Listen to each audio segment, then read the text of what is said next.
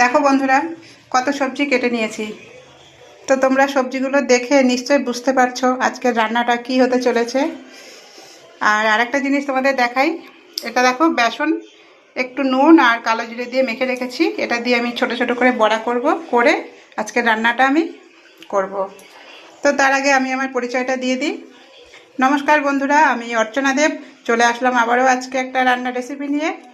তো সঙ্গে থাকো আর দেখতে থাকো আজকের রেসিপি।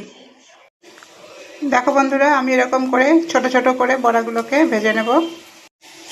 দেখো বন্ধুরা, বড়াগুলো কত সুন্দর ভাজা হয়ে গেছে। এবার আমি বড়াগুলোকে তুলে নেব। এবার আমি ওই তেলেই বেগুনগুলোকে ভেজে নেব।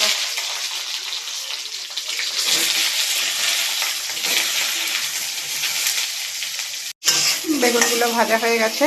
এবার আমি বেগুনগুলোকে তুলে নেব।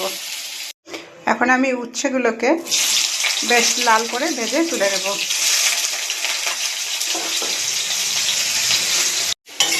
উচ্ছেগুলো বেশ লাল করে ভাজা হয়ে গেছে। এবার আমি উচ্ছেগুলোকে তুলে নেব। তো ভাজার পালা মোটামুটি শেষ। উচ্ছে ভাজা হয়ে গেছে, বেগুন ভাজা হয়ে গেছে, বড়াটাও ভাজা হয়ে গেছে। তো চলো বন্ধুরা, এখন আমি আমার মূল রান্নায় ফিরে আসি। তো এতক্ষণ আমি তোমাদের বলিনি আমি কি রান্না করব। তো এখন বলছি, আজকে আমি রান্না করব শুক্তো। তো শুক্তো রান্না করার জন্য এখানে আমি দিয়ে দেবো একটা শুকনো লঙ্কা ফোড়ন, দেবো 5 ফোড়ন আর রাঁধুনি। শুক্তোতে 5 ফোড়ন আর রাঁধুনি মিশিয়ে ফোড়ন দিলে এর সেন্টটা খুব সুন্দর হয়, মানে একটা অপূর্ব সেন্ট বেরোয়। তো চলো, এখানে আমি ফোড়ন দিয়ে দিলাম। এবার আমি সবার প্রথমে সজনে ডাঁটাগুলো দিয়ে দেবো।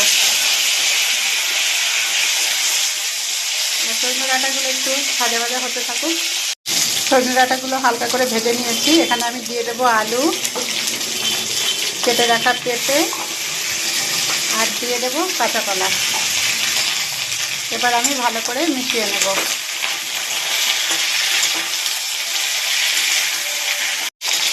এবার আমি এটাকে বেশ কিছুক্ষণ সময় ধরে কষিয়ে নেব।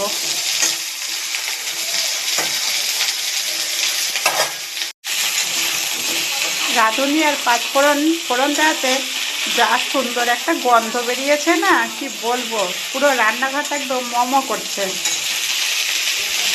তো বন্ধুরা, এখানে আমি দিয়ে দেব রাঙা আলু, যাকে আমরা বলি মিষ্টি আলু।